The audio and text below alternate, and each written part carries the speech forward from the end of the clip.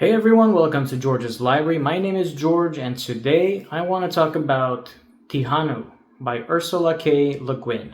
Tehanu is one of those books that quietly ask you a difficult question before you even realize it's doing so. If you come to it expecting another classic Earthsea adventure, quests, magic, dragons, you might feel disoriented at first. In fact, I think Tehanu counts on that disorientation because this book isn't interested in expanding the world outwards. It goes inwards instead. When I started reading Tehanu, I was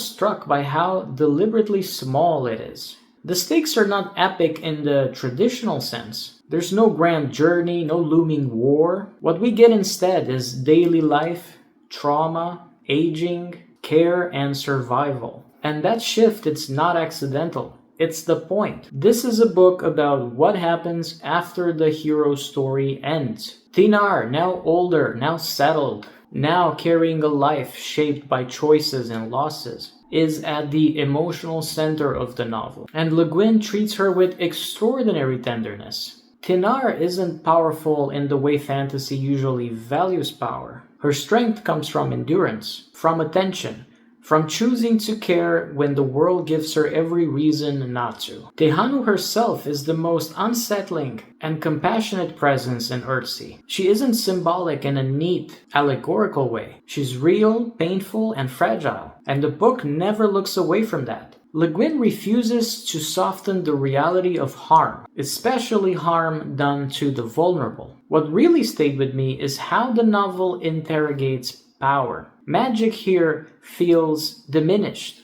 almost irrelevant. Wizards are no longer automatically wise or good. Authority is questioned. Masculine heroism, in particular, is stripped of its mythic glow and revealed as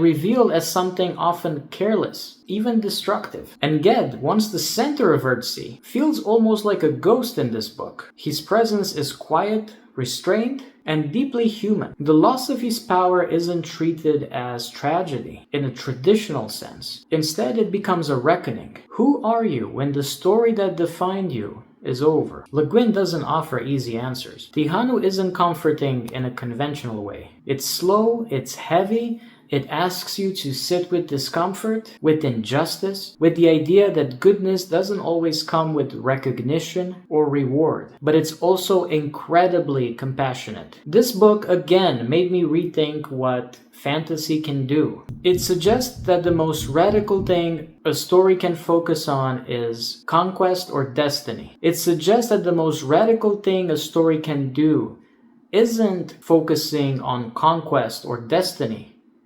It's care, who we protect, who we believe, who we choose to see. I think Tehanu works at its best when you meet it where it is. Not as the next chapter in a heroic saga, but as a meditation on aging, gender, power, and survival. It's quieter than the early Earthsea books, but in many ways it's braver. By the time I finished it, I didn't feel uplifted. I felt steadied, seen, and reminded that some stories matter not because they dazzle us, but because they tell the truth gently and without flinching. Let me know what you think in the comments. Meanwhile, stay safe, be kind, and keep on reading.